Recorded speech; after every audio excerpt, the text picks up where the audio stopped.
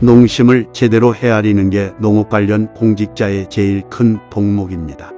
2008년 광우병 파동으로 우리 사회 전반이 들끓고 있을 때 제58대 농림수산식품부 장관을 지낸 장태평 대통령 직속 농어촌특별위원회 위원장은 최근 본지와 가진 인터뷰에서 봉사하는 마음으로 농심을 읽는 것이 농업 관련 공무를 행하는 공직자의 소명이라며 직업 윤리를 강조했다.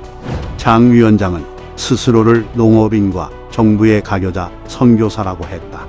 대한민국 장관 중 최초로 직접 블로그를 운영했고 농업인과의 소통을 중요하게 여겨온 그는 농식품부 장관 시절 장태평의 새벽 정담이라는 블로그를 개설해 4천여 명의 농업인들과 편지를 주고받는 등 현장의 목소리에 귀 기울여 정책에 반영하며 소통을 중요시하는 공직자였다. 장 위원장은 사회적으로 혼란스러웠던 일명 광우병 전국을 극복한 지혜도 소통에서 비롯된 것이라는 이른바 소통의 철학이 몸에 배어있는 사람이다. 한우 송아지 돼지값이 급락하고 국제 곡물가가 급등하는 등 사료값의 급작스러운 인상으로 바닥까지 실추된 농민의 사기를 다시 끌어올린 노하우는 후쿠시마 원전 처리수로 또 한 번 사회가 뒤집히는 현실에도 시사하는 바가 크다. 2008년 당시 부임하자마자 그가 제일 먼저 한 일은 농업인에게 직접 다가가 현장의 목소리를 정책에 반영한 것이었다. 그렇게 당시 위기를 극복하고 농업개혁의 힘을 재축적하기 위해 발버둥치며 혼신의 힘을 기울였다. 이처럼 누구보다 농업 현장을 잘 아는 장 위원장에게 농업인들이 붙여준 이름은 태평장이었다. 그의 블로그에 농업인들이 남긴 글에는 농업개혁 초심을 잃지 말아달라, 입김과 이권의 옆길로 새지 말았으면 좋겠다는 등 그를 응원하고 격려하는 내용들이 담겨있다. 윤석열 정부에서 맡게 된 농업위원장 자리에 대해서도 그는 소명의식을 강조했다. 농업위원회 위원장으로서 해야 할 일이 많습니다. 미래 성장 산업으로서의 농업의 가능성을 발굴하고 키워내 국민의 안전한 먹거리를 충분히 생산할 수 있는 기반 제공과 접근성을 강화하기 위해 정부와 더불어 기여하고 싶습니다. 지난해 5월 윤석열 정부와 더불어 출범한 농업위는 윤석열 대통령의 농업-농촌 정책 기본 방향인 튼튼한 농업 활기찬 농촌 잘 사는 농민의 취지에 맞는 농정을 적극 구현할 정부 기관으로 기대를 모았다. 장 위원장 또한 윤석열 정부의 철학과 비전을 뒷받침할 적임자라는 평가를 받았다. 장 위원장은 농업의 미래 성장 산업화를 위해 농업 혁신을 선도할 청년 농부 육성의 힘을 보태라는 의미로 짐작된다며 농림수산식품부 장관 등 관련 분야 경력을 바탕으로 현장 농업인들의 요구가 정책에 반영될 수 있도록 관계부처 국회와 협의하는 가교 역할을 하는 것을 사명으로 생각한다고 말했다. 농업위의 새로운 출발을 격려해주는 국민의 기대에 부응하기 위해 더 노력하겠다고도 덧붙였다. 장 위원장은 다양한 현장 경험을 현실성 있는 정책으로 한 단계 끌어올린 경험이 풍부하다는 평가를 받는다. 2006년 재정경제부 정책홍보관리실장을 지낸 장 위원장은 2010년 농림수산식품부 장관, 2013년 마사회 회장 역임, 이후 청년농업 청년 정치인 등 후계자 양성에 힘써 오다 약 9년여 만에 공직에 복귀했다. 윤석열 정부의 농업위원장으로 복귀는 미래 성장 산업화를 위해 농업 혁신을 선도할 청년 농부 육성의 힘을 보태라는 의미로 받아들였다고 그는 말한다. 청년 농업인 육성 견인, 농업 수출 1,000억 달러 돌파 목표.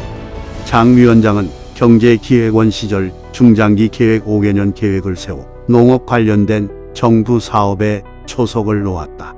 농림수산식품부 장관 임기가 끝난 뒤 마사회장 재임 시절 청년 농업인 교육을 10년 가까이 하면서 농업의 발전을 위해서는 차세대 농업을 담당할 청년 육성의 필요성을 인지하고 농수산대학 졸업생을 중심으로 한 재단도 만들어서 청년 농업인 후계자 양성에 힘써왔다. 우리나라의 식량 작업률은 45%밖에 안 되며 곡물 작업률은 20%에 그친다. 스마트팜으로 청년들을 투입해도 생산이 안 되는 것이 작금의 농업 현실이다. 청년층이 농산물을 생산했을 때 이를 경제적 이득으로 만들기까지 필요한 것은 식품 산업의 발전과 수출인데 아직 보급 통로와 인프라가 현저하게 부족한 실정이다.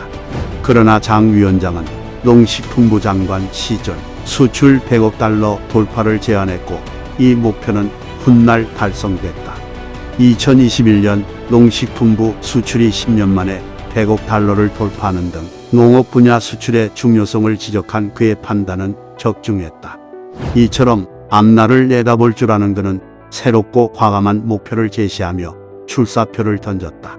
그는 이제 농식품 분야 수출 1000억 달러를 목표로 세우고 기술 농업 발전을 세부 전략 카드로 꺼내들었다. 구체적인 보관도 내비쳤다. 장 위원장은 첫 단계로 농업의 구조 조정을 꼽았다. 그는 단지 농업 부문을 보조하는 방식 위주의 지금까지의 정책을 탈피해야 한다며 농업의 구조 조정이라는 표현과 함께 농업 분야의 근본적인 변화의 필요성을 역설했다.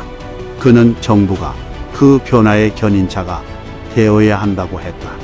정부가 역할을 잘해줘야 해요. 농업이가 농업인의 대변자로 문제를 제기하고 해결 방안을 제시해 줄 수 있어야 합니다고 강조했다. 선별적이고 효율적인 금융 지원 세제, 지원 규제 완화, 기술 지원 등 농업 특별 지원 대책 마련이 시급하다는 얘기다. 농업위의 역할이 더 중요할 수밖에 없는 이유다.